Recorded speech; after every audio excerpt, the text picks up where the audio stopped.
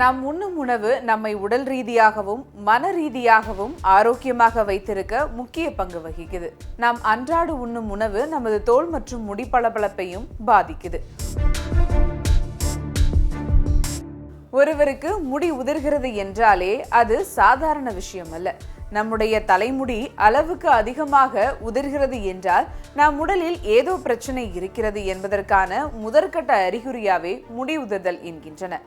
அதை நாம் எப்போதும் அலட்சியம் செய்யக்கூடாது. பல நாட்களாக இருக்கும் மன அழுத்தம், மரபியல், நமது உடல் ஹார்மோனில் ஏற்பட்டுள்ள மாற்றங்கள் அல்லது சில மருந்துகளை உட்கொள்வதால் ஏற்படும் பக்க விளைவுகள் போன்ற பல்வேறு காரணங்களால் முடி உதிர்தல் ஏற்படலாம். நமது தலைமுடியை பாதிக்கும் காரணிகளை அறிந்து கொள்வதோடு எளிய வகையில் எப்படி முடி உதிராமல் பராமரிப்பது என்பதை இந்த பதிவில் பார்க்கலாம். புரதங்கள், விட்டமின் பி மற்றும் இரும்பு, துத்தநாகம் போன்ற தாதுக்கள் நிறைந்த சில உணவுகள் ஆரோக்கியமான கூந்தலுக்கு மிகவும் முக்கியம். பசியின்மை மற்றும் அதிகமாக சாப்பிடுவது போன்றவை முடி உதிர்வதற்கான காரணங்களில் ஒன்று. முடி உதிர்வதை கட்டுப்படுத்த மீன் மற்றும் பிஞ்சு விதைகளில் இருந்து தயாராகும் ஆலிவ் ஆயில் போன்ற அலர்ஜி எதிர்ப்பு பண்புகளை கொண்ட உணவுகளுக்கு நாம் முன்னுரிமை அளிக்க வேண்டும்.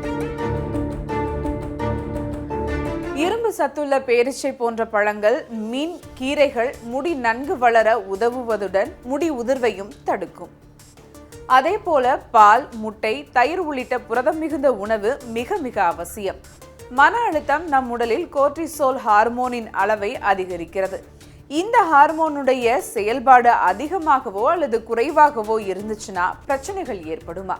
இன்றைய சூழல்ல மன அழுத்தம் என்பது நமது வாழ்வில் மிக சாதாரணமாகிவிட்டது.